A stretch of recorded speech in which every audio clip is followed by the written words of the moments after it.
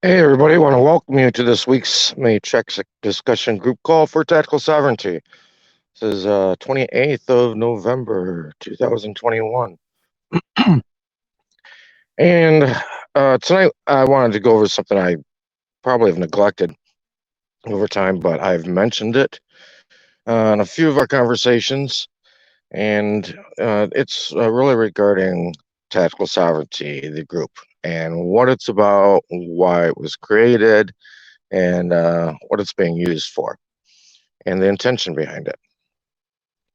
The very first group I started, this is actually the second tactical sovereignty group. This is the first one I started. Every time it started hitting close to 13,000 members, um, I was getting ramped up hits from the powers that be, warnings over this post or that post, different things like that. And what had initially happened is I had just started using, technology, hadn't really gotten into it a whole lot. Not a big gamer or any of that kind of thing. I'm normally creative enough to find other things to do with myself rather than sitting on the couch in front of a monitor or television. So, I started researching and really wanting to find the nexus between us and the state. That's really what it is about.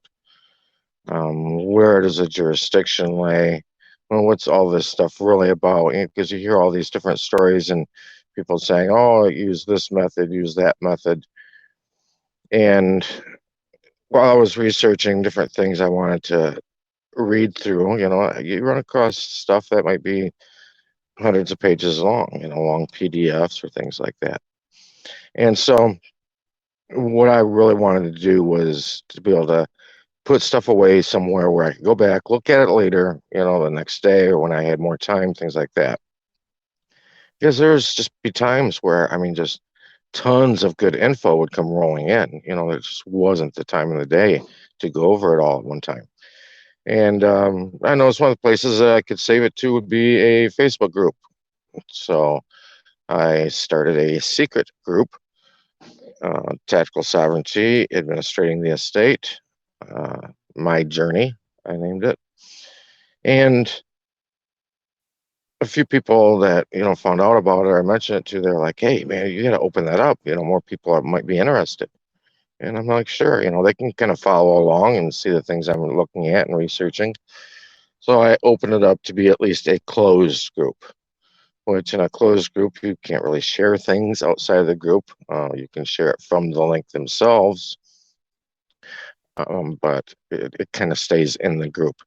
And people that want to join the group or post to the group, those things have to be approved as well. Because it was really just kind of, in a way, my clipboard, for the research that I was doing. And I was shocked how many people were interested in it. At that time, I don't know whether it was the algorithms on social media or what, but it quickly hit 5,000 members, 8,000, 10,000.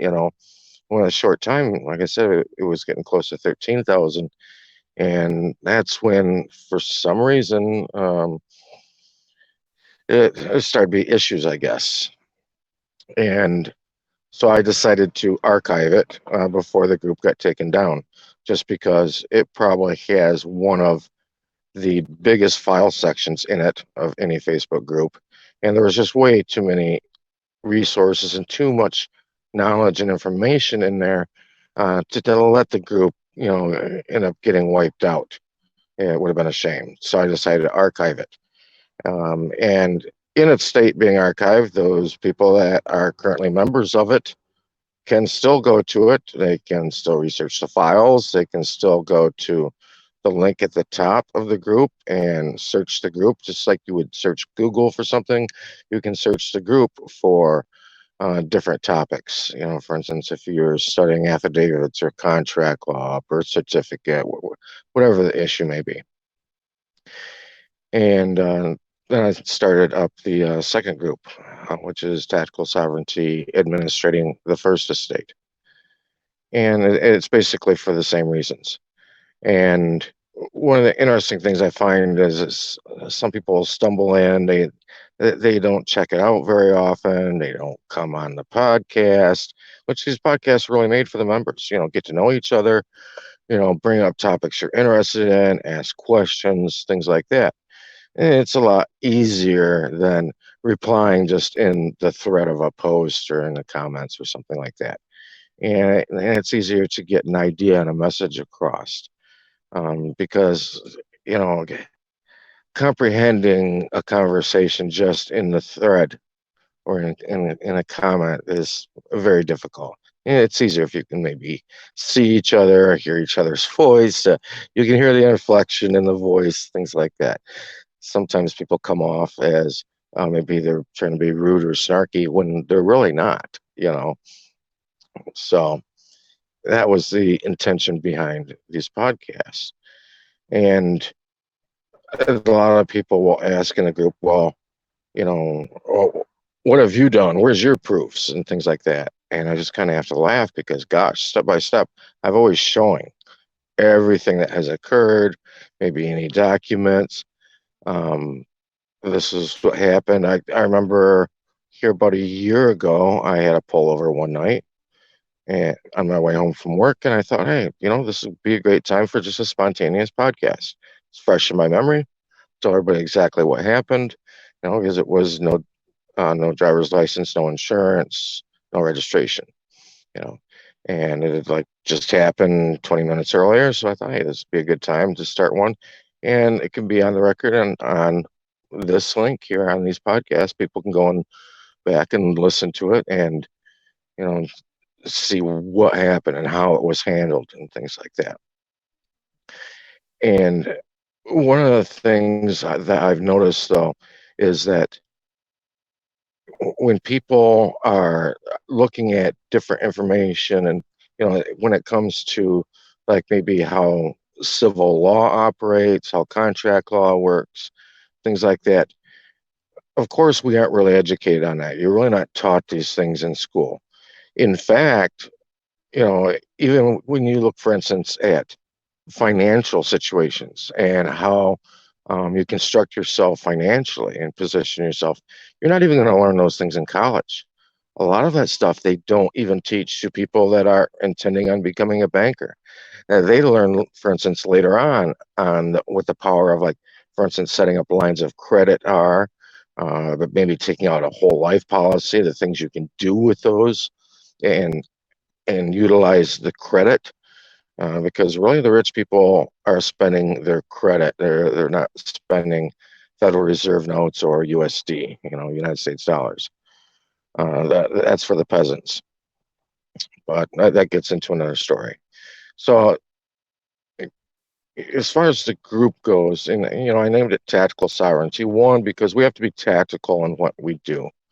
We can't just go out and doing things the way everybody else has always done it really hasn't gotten anybody very far, has it? So that must be means there's some things we're missing. We need to be more tactical in how we do the things we are doing, how you position yourself. And I call it tactical sovereignty, and the word sovereignty is something that's very misunderstood. Um, I would say it's an old term, actually, in international law. Every now and then, maybe on the news, you might hear something about a sovereign nation or things along that line. But a lot of people, especially if they have, a religious or Bible background, will say, well, there's only one sovereign, which I could agree with that. And that would be the creator. And, a sovereign is somebody that holds no allegiance to someone else. But there's actually levels to sovereignty other than just the one ultimate sovereign. And that falls under a category probably even lesser known as suzerainty. All right. And as suzerainty, if I could best explain it, a suzerain is kind of the same as a sovereign. They're one at the highest point, but they're not just the ultimate highest point. It might be the highest point, say, for instance, in the city government, might be like the mayor, The mayor is the suzerain of the town. But of course, that's just a level of sovereignty. Um, his allegiance is also going to go from the town up to the county level and to the state level. All of these people, all those offices hold a level of sovereignty. And then ultimately up to the federal level. And even at the federal level, when you look at nations, the nations all owe an allegiance to another body as well. I believe there's 193 members of the United Nations. And the United Nations kind of wields its power or its authority, its collective authority that it gets from its 193 members. And it's even positioned on sovereign land in New York City. It's probably why they don't pay any taxes. When people start getting in and learning these things, though, I would recommend that you don't jump on the very first thing you see.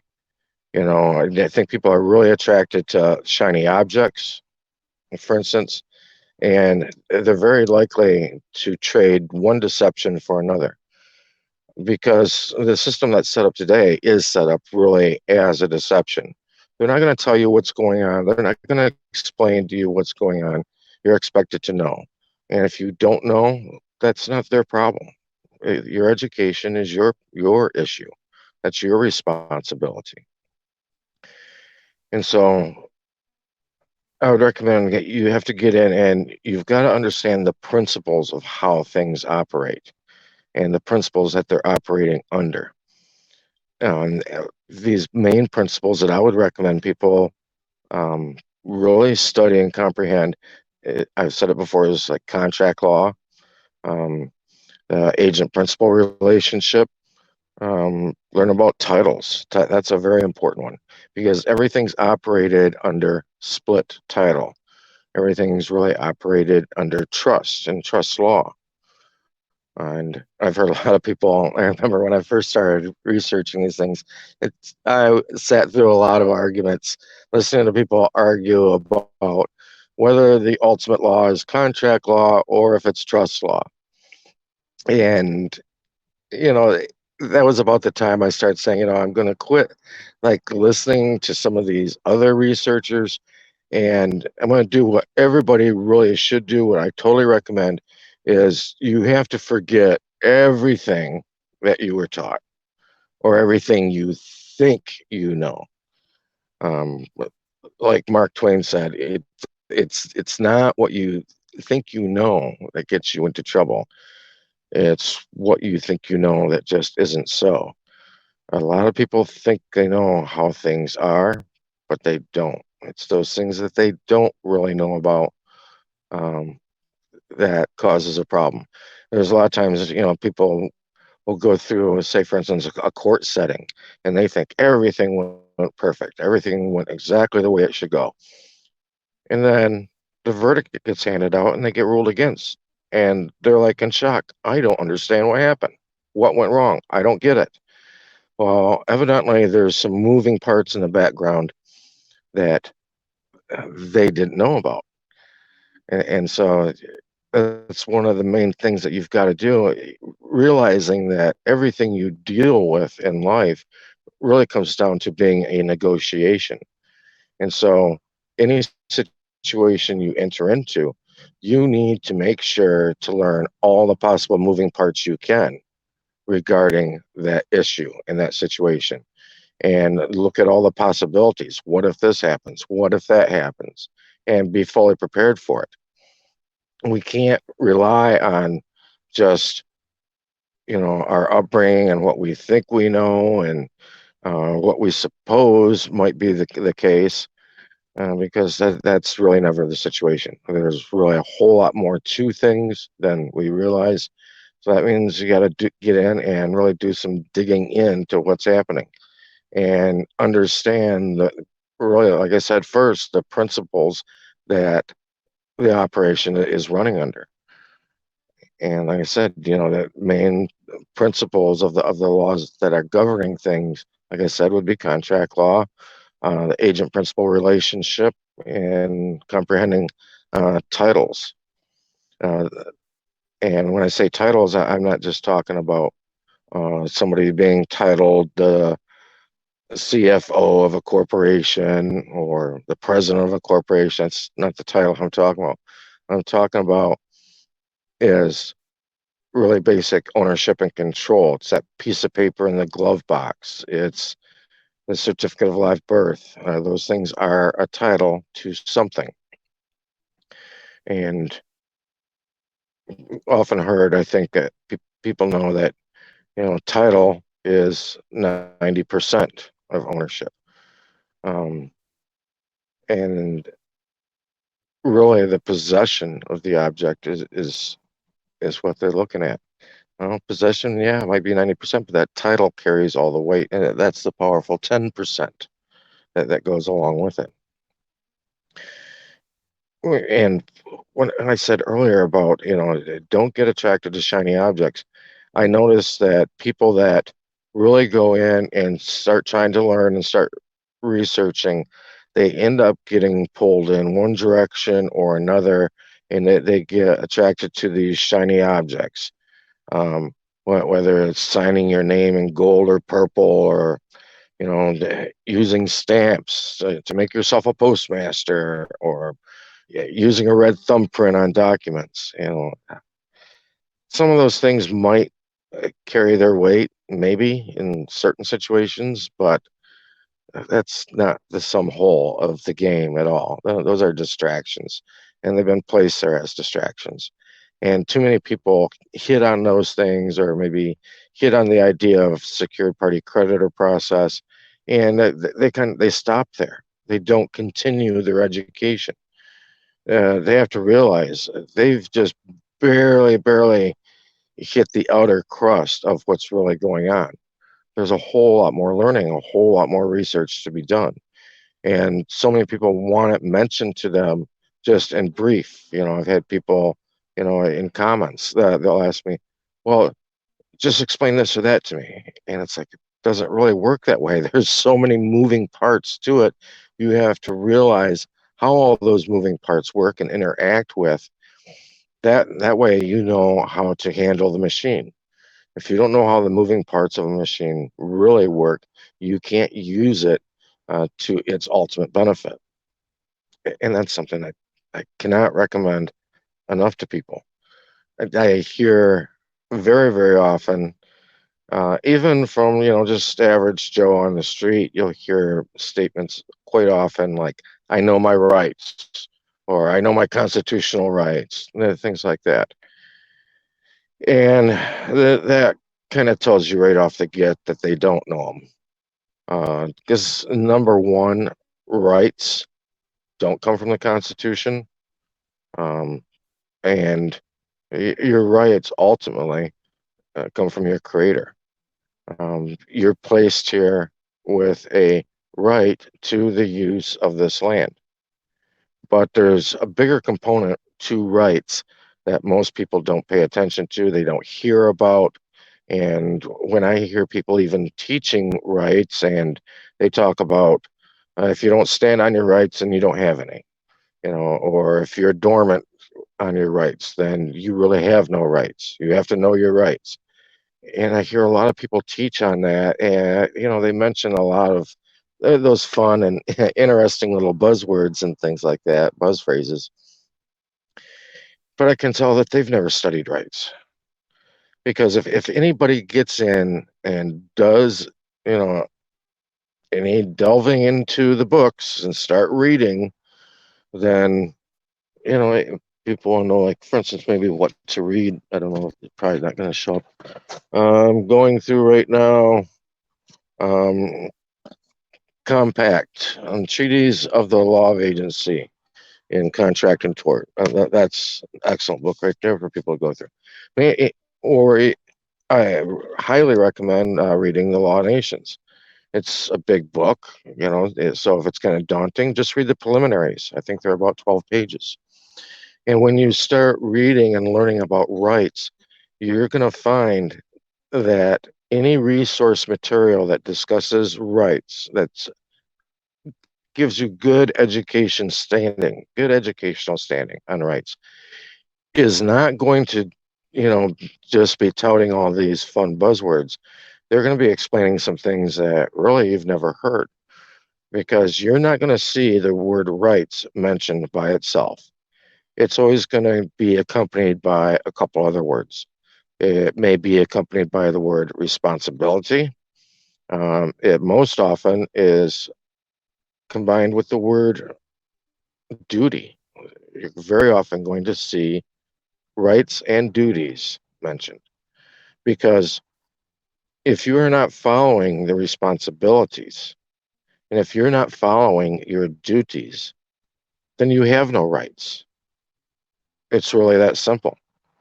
Go back to maybe even when you were a child at home, or even a teenager. Uh, you had your chores to do, maybe around the house or around the farm if you lived on a farm. And guess what? You didn't get any rights to go do other things unless your responsibilities, your chores were completed. And life works exactly the same way. Unfortunately, that's probably something that's not taught that much anymore, which means, the direction that society is heading in is not a positive direction, because they're not learning about rights and duties. They're not learning about how you correctly stand in honor.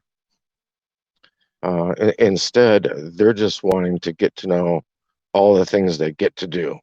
And they feel like it's an entitlement. I have the right to do this. I have the right to do that. And very, very rarely are you ever going to hear anybody touch on their responsibilities or their duties. You never hear people in a crowd chanting, I know my duties, I know my duties. No, it's always, I know my rights. And duties go totally ignored, totally ignored. And so that they're powerless. They don't have any rights to stand on, because they're not completing their duties and responsibilities. And that's really what we were put here for. The creator did not just put you here for the right to do whatever you wanted to do on the land. No, there was duties and responsibilities to it. You had to till the land. You've got to take care of it. This is where the first trust really came about. You were a trustee, and that's what you're really supposed to be doing. Is you're supposed to be making things better. That's really one of the laws within trust, is that when you leave it, it's supposed to be in the same shape or better shape than it was when you arrived. That's what it comes down to. You are supposed to build the trust. And I think one of the best examples for that is if you look, for instance, at the Carnegie Trust, or look at maybe the Rothschild Trust and any of them. Their trusts were set up in such a way that no money left the trust to be spent on things, unless the money that was being spent on things was going to reap a reward that bettered the trust and enriched the trust. And that built their trust bigger and bigger and bigger. Okay. Look at that in comparison, for instance, then to the Vanderbilts. And the Vanderbilt Trust, their trustees were not as strong as the trustees for the Carnegies or, say, the Rothschilds. And so their trust, the money that was getting spent in their trust, wasn't bettering the trust all the time. And the investments weren't done, to sow back into the trust and strengthen the trust so it would continue to last for generations. It, Actually, the money's kind of ran out rather quickly, or dwindled down significantly. I mean, you see Anderson Cooper, he's been working ever since he got out of college, you know, and you see him on TV today. He's not out living the glam life and stuff that some of these other people are, because that was kind of a faulty trust that the Vanderbilts had. And so that's what we should really be doing, and the way we should be structuring our lives is so that whatever we are putting our blood, sweat, and tears, putting our equity into, are going to be things that are going to yield fruit back to you. And that's exactly the way people are setting the finances up. The people of maybe the 1% of the 1% are setting their finances up as. And that's how they prosper. Of course, you're not going to be taught that. But these are all things that we have to learn. Whether it's financial things or how the law works, how civics really operates. Um, yeah, recommend going back. You're going to go back hundreds of years, especially studying civics, because civic law is Roman law. This stems way back to the Holy Roman Empire and even earlier. So you can go and you can look, for instance, at those civilizations and how they operated, and you can see as well how they fell. You can see the things that went on within those civilizations that either strengthened them or the things that weakened them. Compare that to what's happening today. I really recommend that study to people. That's really a fascinating study. A lot of people I've had ask as well about different issues, like with me. They're like, "What have you done?" Da da da. And like I had mentioned earlier on with the one traffic pullover, no driver's license, no registration, no insurance. That's not the only one I've had like that. I had one of those very recently as well. And did I have to go to court? Was I taken to jail? No, none of that kind of stuff happened. I was back home, like I said, 20 minutes later, and did a little podcast about it. And a lot of the things that have occurred with me, I don't like to really talk about much. To me, it's bordering on bragging, which is not the kind of person I am. But I'll touch on, several of the things aside from the traffic stuff, which I consider to be very minor things. I mean, that in itself is a contract that you have to learn how to take care of. The majority of the people, when I first started researching, I run across a whole lot of people that are saying, "Oh, you get rid of the driver's license. It's you don't want the contracts that are tied to that. There's adhesion contracts, this and that." Which, yeah, I agree there are. But since there's adhesion contracts tied to it, find out what those contracts are. Maybe there's some correcting that needs to be done. At the same time, the majority of those people, when you really look at the situations that they were involved with, their problems were um, license was taken away because of child support or DUI, things of that nature.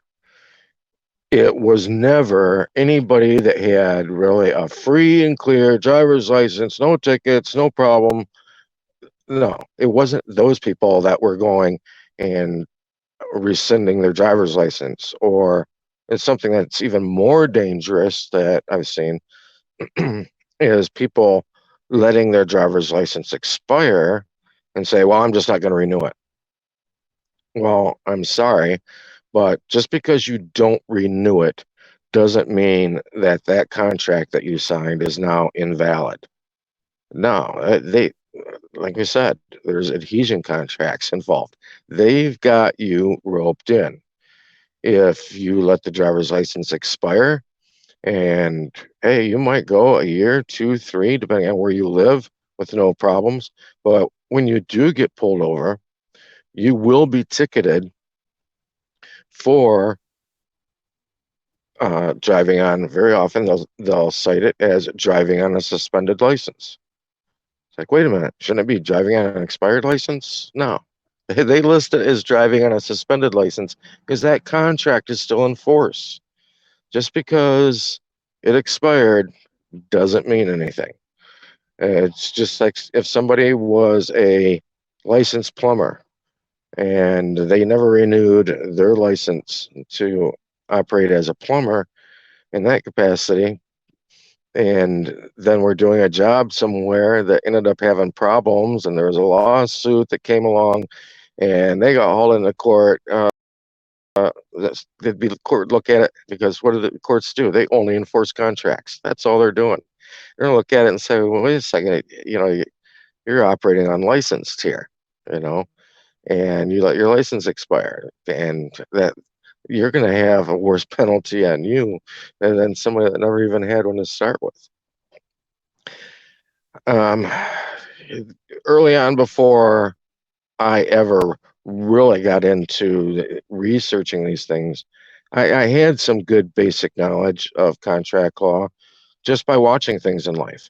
When I grew up, I did not hang out with kids my age, really. To me, it was kind of frivolous. I was just normally hanging out with um, maybe even kids that were at least 5 or 6 years older, if not adults, because I really it was somebody that wanted to learn. I wasn't here just to play. I'm here to learn. I got to figure out how this stuff works. I got to learn how you operate in life successfully, right? And I ended up with a charge that I was looking at a 15-year penalty. And at that time, I was shopping around for attorneys and things like that. And I found one that would take it up for me. And his statement to me after looking through everything was,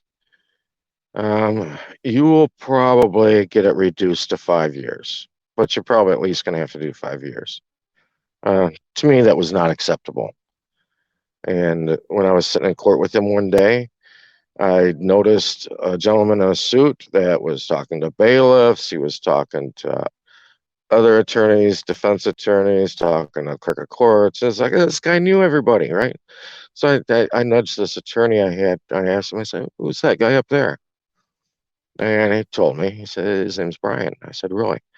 I said, "Well, what does he do?" And he said, "Oh, he's an attorney." I said, "Yeah, what does he practice?" He says, "Criminal law." And I said, "Oh, really?"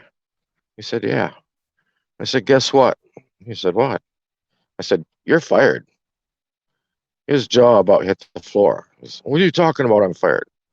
I said, "You're fired." I said, "What do I want you for? You're sitting here like a bump on a log next to me. I see this guy up here. He knows everybody in the courtroom. Yeah, he's kind of got control of the whole room. And you sitting next to me here doing nothing but sweating, you know." Um, I said, "You're done." He said, "Well, we'll have to set a court date for that, and you're going to have to say that in front of a judge." I don't care what I have to do. That's what I'll do. A year's worth of postponements went on with this other attorney. And I've had a lot of people say to me, they're like, "Oh, wait a minute. You want a quick and speedy trial?" And this is, another one of these situations where you can see how much people have studied and learned, or if they've read anything at all. Because people demanding a quick and speedy trial are going to be the same people that bitch and moan about admiralty jurisdiction and maritime law. And where do you think the quick and speedy trial comes from? It comes from maritime law. They had to have the problem settled during high tide because that guy, he worked on one of the ships and he's going to be out of here in a few minutes because they got to get out of port before the tide drops. So that was one of your sources for a quick and speedy trial. And there's good reason to not have one. A lot of times you might want to wait for the case to land in the right lap of the correct judicial administrator. A lot of attorneys will play that game because they know who they're good with and who they're not good with, who they have relationships with. And it's one of the things that people need to realize. And, I'm not a huge proponent on hiring attorneys, uh, but they're going to know the procedure better than you do. So I recommend people study the rules of civil procedure, the rules of criminal procedure, both in the federal and state levels. But that's a lot of stuff to know. Okay. And on top of it, each court in each Judge themselves will have their own little rules that they follow or don't follow. Those are good to know. People need to realize that when you're hiring an attorney, that you're not just hiring them for their expertise. What you're doing is you are buying a relationship. You are buying the attorney that has the best relationship with the courts and maybe with the particular judge that's going to be hearing the case that you have.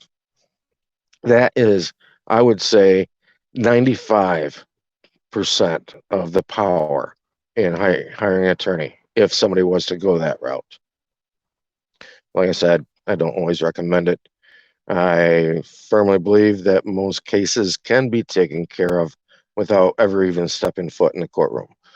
To me, the courtroom is just a dog and pony show, really, is all it is. Well, I had mentioned that this was a case that was carrying a 15-year sentence. What ultimately ended up happening is the day came about a year in where this attorney called me and said, Brian, we got to take care of this. The attorney's name was Brian. Brian said, hey, Brian, we got to take care of this today. We're settling it today. I said, okay. And we went in, and with my back turned, kind of, we had a three-way conversation with prosecution in the front of the courtroom before court started. And my situation was probably the second case to come up. Came up pretty rapidly. And prosecution made an offer, and I refused it. They made a second offer, and I refused it. The judicial administrator said that he had too many cases to do that day, which I could tell. It was a packed room. It was a packed courtroom. He said, so this is getting moved to another venue. I'm putting this in front of Judge so-and-so. And we said fine, and followed a bailiff out the door to the other courtroom.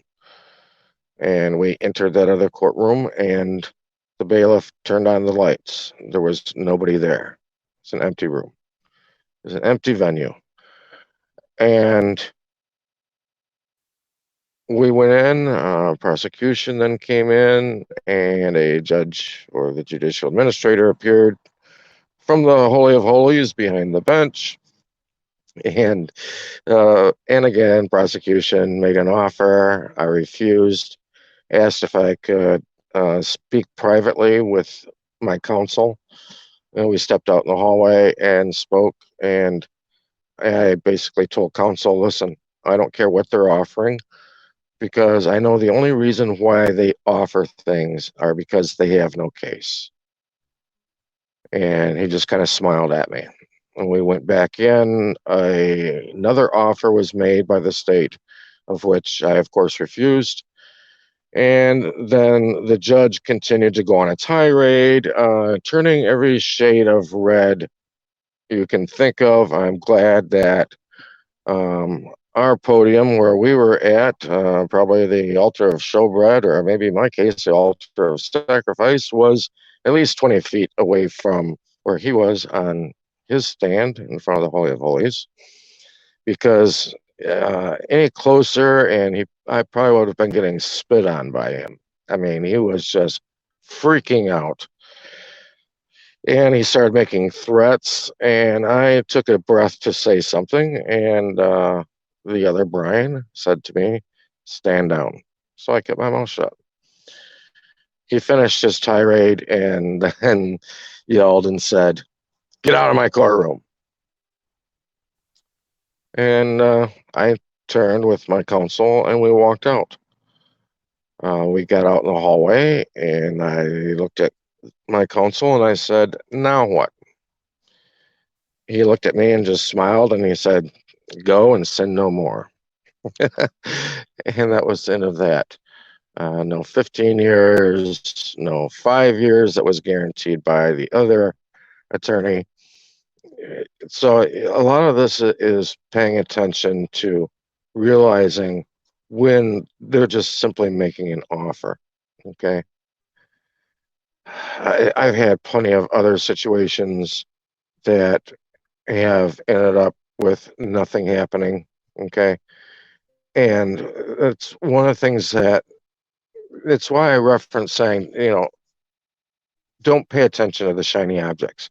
Don't let your eye get caught by the shiny objects and these fun little processes. And, you know, you're going to take over the court and you're going to control the court. I stayed away from those things just because it just didn't feel right. It didn't feel comfortable. And the real power and the real wins don't really come in the courtroom. Court is really held on paper. It's really the correspondence that is made, whether it's between the opposing party and yourself, or yourself in the court, or yourself in the state. And that's really where court is held at. What you see in the courtroom is really just the dog and pony show to scare the masses. That's all that is. That's all it really comes down to. And people need to realize that. They need to realize that really everything they see, everything that they hear is placed in front of them for a reason. And that reason is typically control. They're doing it for a purpose of being able to put everybody in a state of fear and control them. Having people in a state of fear or somewhat of a state of panic or something like that, that is the best position to put an opposing party in order to control them. That is something that any psychologist will tell you, and this is something that they've mastered.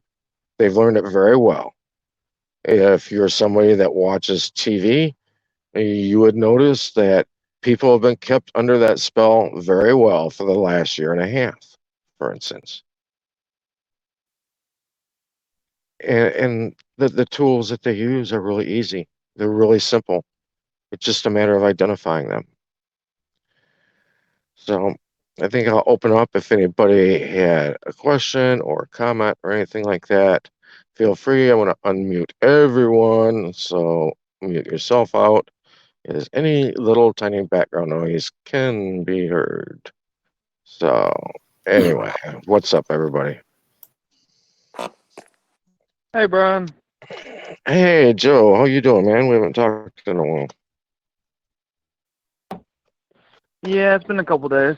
So your story, you were on trial for a 15-year sentence, et cetera, et cetera. Just to clarify, the trial, he did his tirade, whatever, and in the end, y'all walked out of there without agreeing to anything. So my question is, did they dismiss your case, or how did it actually end? Yeah, I was dismissed, and I'll tell you what, because there is some truth to responsibility of the state and the prosecution, is because they want to have they want to have a good track record, because they might be up for an election, for the county prosecutor the next year or something like that. You know what I mean? And these guys want to have a good track record. Plus, Right. there's bonds attached to a lot of these cases, actually all of them, and they're going to have to pay out of their pocket if there's not a win. So in the majority of cases, I'll tell you what, that end up like in a dismissal, for instance. A lot of times I haven't gone and looked, but I would really bet that if I went and looked online for that case, I probably wouldn't find it. They probably just scrub that stuff off their books, because you kind of have to think of it. Oh, well, it is. It's basically a bank, right? And so it's got credits and debits. Well, losing cases for them would be a debit. Well, does a company want to keep their losses on their books? No, they want to get those off their books, because that's not good for the health of the company. You know what I mean? Right. So there was somebody I was talking to and following, and we were following all the court procedures and everything else. And I learned a lot through my experience. But as you pointed out, how much justice can anybody really afford? Because there's time involved and money involved. Yep. Yep. So with that being said, is I pretty much just dropped everything, You know, and I'm and some not nudging the bear. Go ahead. no, you're right, Joe. Absolutely. Everybody, so many people want to fight, fight, fight, fight, right? They have to realize, that so much of that is normally stems from the ego, or I'm going to show them, but you know what? Sometimes it's best just to leave and go in peace. And ultimately, when it comes to the state, that's really what you want to do. If you're going to abjure the realm, you're going to go in peace. You're not going to look back like Lot's wife because you'll get turned into a pillar of salt. Well, you've said it at one time or another, and it's in reference. We are the salt of the earth, or something like that. Yeah, We're yeah. supposed to be the salt of the world. I kind of made a joke about that a while ago and said, "Yeah, we're supposed to be the salt of the earth, so get out there and be salty, my friends." Yeah, you posted on, I don't remember what it was, but you posted on our group, I guess. Well, And yeah. But yeah, All right. Well, I'm done. the salt. What does the salt do? The salt brings out the good attributes, the good flavor, the good taste of the meat or whatever dish. It enhances it, and we're really supposed to be helping to enhance society and enhance the people around us, enhance our family. Like I was talking about with the structure of trust earlier, we're really supposed to be enhancing what we touch. Maybe not be like King Midas, where everything we touch turns to gold, but we should be improving things. Exactly. You're not improving it. You're wrong. Making it worse. Yeah, exactly. Hey, Said, were you going to chime in with something? All right. Well, Yeah. Oh, All right, go ahead. catch it, Joe. Yeah, I was going to say something. It was something that you talked about earlier. How are you this evening? Wonderful, wonderful. Good, Thanks. good. So you were talking about rights and responsibility, and so one of the things I was thinking about was, when you come into this world, obviously we've heard 1,001 stories of the trust that they have, the Sesta KV trust, blah blah blah blah. Um, but with that being said, as you go, as individuals start to learn themselves and learn the matrix that they live in, and they begin to slowly move themselves out of that matrix. My question to you is the amount of work that you placed into the matrix itself to power the machine. At some point, and even powering the machine itself, you put yourself in contracts that you were unaware of. If you have an opportunity to go through and potentially right the ship, i.e., yourself as a spiritual man, and separate yourself from the actual corporation, wouldn't you want to go back and use that trust to clear all of your contracts that you potentially may have? Yeah, and you're not necessarily going to use the trust, for instance, to use that. Put it that way. I mean, a lot of people refer to the Sedequé Trust, specifically the Sedequé Act of 1666, which coincidentally was when London burned, and they burned London because they were going through a plague at the time, and they thought that was the best way to get rid of whatever bacteria, virus, what you name it. Put the But whole anyway, town on fire.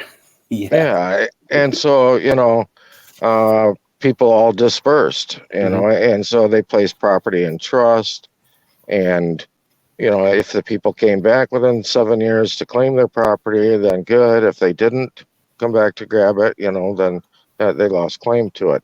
But that was in England, pushing 400 years ago. It really has nothing to do with the United States of America. Right. I've seen a couple citations in court briefs that referred maybe to a Sedequé trust, but um, Sedequé trust, I think, really just kind of means, who does the property belong to? You know Okay. what I mean? Yeah. So Um, I was just using that as an example because ultimately, one of the things you mentioned prior to this podcast was freedom, right? So that's what I'm looking for. You want to separate yourself. You want to But in order to do that, obviously, we have multiple contracts that we signed up for. Obviously, mortgage, this, that, so on and so forth. We still have responsibilities, and we're still tied somewhat into those contracts. If we're tied into those contracts, then how will we actually have what is considered freedom? We have to have some semblance of operating within this matrix, right? So, Well, I think anybody, for instance, as an example, anybody that's had a bank account mhm, will be familiar with, from time to time, they'll get a letter in the mail from the bank or from a credit card saying, there's been some amendments made to the contract or to our agreement, you know, mhm, and most people just throw them in the mail. Well, since you just throw them in the mail, that's called tacit acquiescence. That means you've agreed to the changes they've made, and they're just going to continue under whatever their new rules are. You really don't care to read the fine print.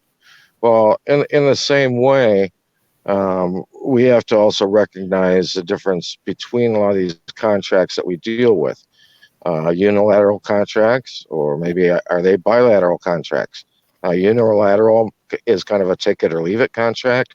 Bilateral contract is a contract in which both parties can have a say and a meeting of the minds to it. And that's really what they're doing with sending you a notice from the bank. Is making sure there's a meeting of the minds that you agree to this or that. Although in a bank situation, it's really a unilateral contract, take it or leave it. So if you don't like the terms of service that they've changed, then you can close your account and go to another bank that you think might be more advantageous to you. At the same time, you could also go in and sit down with them and say, listen, I don't like this aspect of it or that aspect of it, and I would say the most important thing, for instance, when it comes to a bank, is how you are originally setting that account up. Are you setting that up under your fictional name, supposedly as they refer to it, or as the Enlegis, you know, the, um, or are you setting it up, for instance, under a DBA? And you set it up under a DBA, and now that's really falling into more of a business situation. And really, the rules and regulations with, say, business banking or business credit are way, way looser than they are when it comes to just an individual bank account or an sure, individual credit card. I mean, that the restraints on just the individual are enormous as compared to the business setting. That's why people, think they see so much fraud within the business world. That's wise because you can play pretty fast and loose in the business world.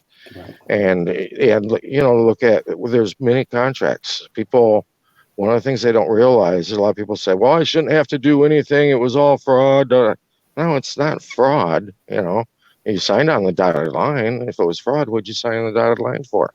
So right, evidently you agree.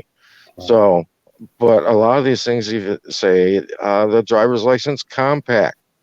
And one of the things I try to explain to people is anytime that your signature is required, it's because there's a contract in place. right, A contract is the same thing as a compact. Compact is the same thing as a constitution. They're all synonymous with each other.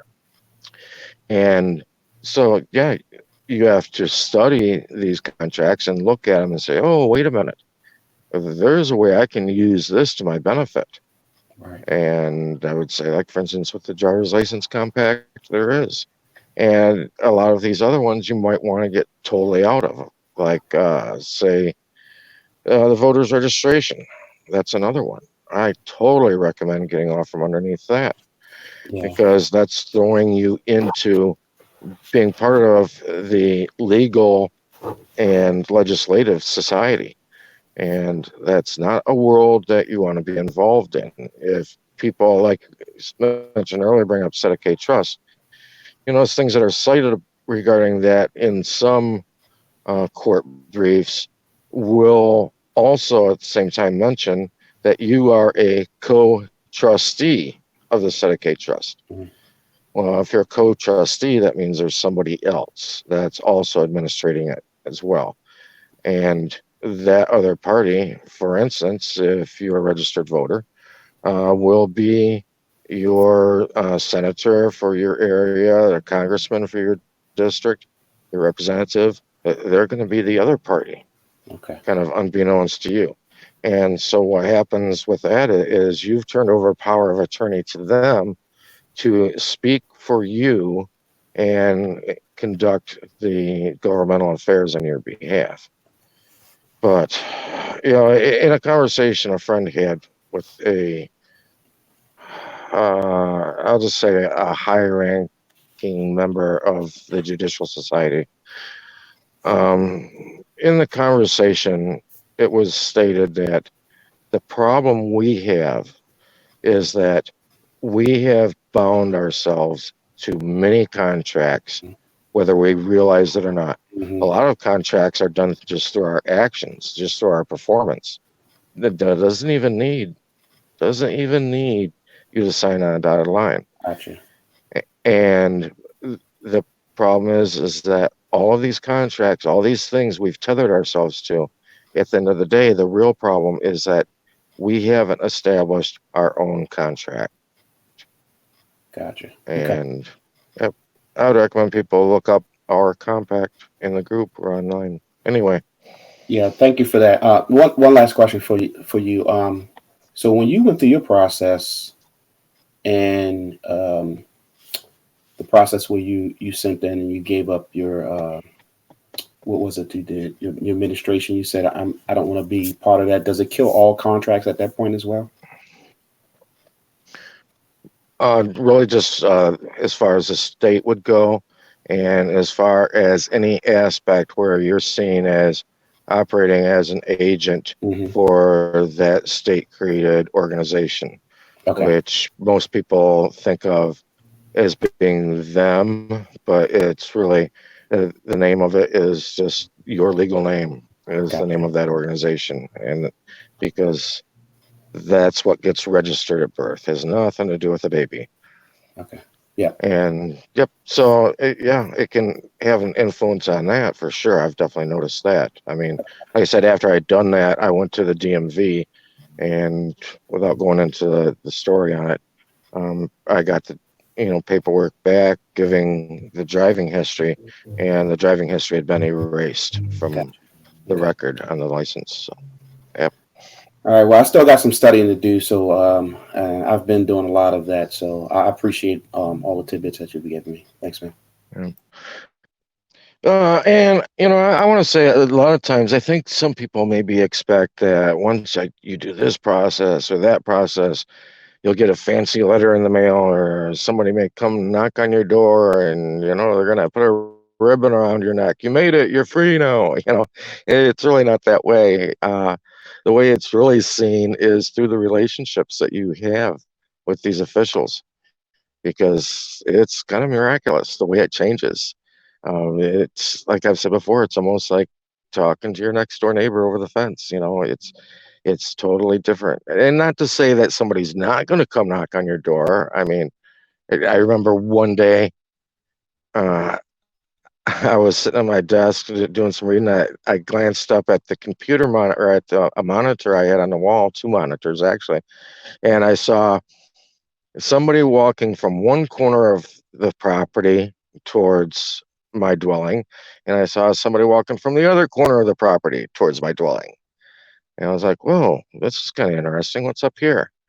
So I took off for the front door and got outside and met the two gentlemen before they even made it to the front door, which I think kind of surprised them. And I noticed they both had a lanyard around their neck with a badge hanging off from it. And they just wanted to kind of have a little bit of a chit chat with me, and kind of see what my direction was that I was coming from with different things. And and it was funny because one was like driving like just a little Toyota, and the other guy was driving like a Ford pickup truck. So they weren't definitely coming in marked vehicles, which I kind of find suspicious. I mean, hey, if you're a knock on my door, I mean, just come as who you are. Don't try and sneak up or anything like that. I mean, to me, that's almost looks like a sign of guilt on their part, myself. But anyway, so yeah, you might have somebody come and talk to you. Either way, you will be tested along the way with different things that you do, and you might be asked something several times, several different ways, and if you listen, normally they're even offering you an out. So don't come with an attitude or an ego of I don't have to do this, I don't have to do that, da, da, da, like all of the sovereign citizen crap you see on YouTube. Yeah, that's not the way you act. You're standing in honor, you're being a decent human being, because at the end of the day, if you are self-governing, if you are taking care of your life in the way that it is supposed to be done and taken care of, then a lot of burden has been relieved off them, and trust me, they do appreciate that. All right, what are we at? Are we hitting about an hour here? Thank everybody for being here tonight. Yeah, we're just after the hour mark, and hope to see everybody next Sunday night. If anybody else had anything they want to chime in with, feel free to do that before I cut you off here. I want to give you a chance. Either way, enjoy your fall. We're coming up into December. Let's remember what the month is really about and not what everybody's been told that it's about.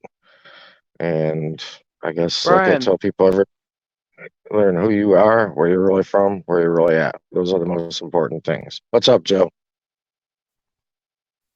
I just wanted to say I love you guys and thank you for everything. Yeah, brother. We love all of you. That's what this is all supposed to be about. Um, love is the Have a wonderful opposite of night. fear. Yep. People live in way too much fear. People think that love is the opposite of hate. That's not the case. Love is the opposite of fear. And fear is something they try and keep everybody in. So that is exactly what we want to avoid. Good night, everybody.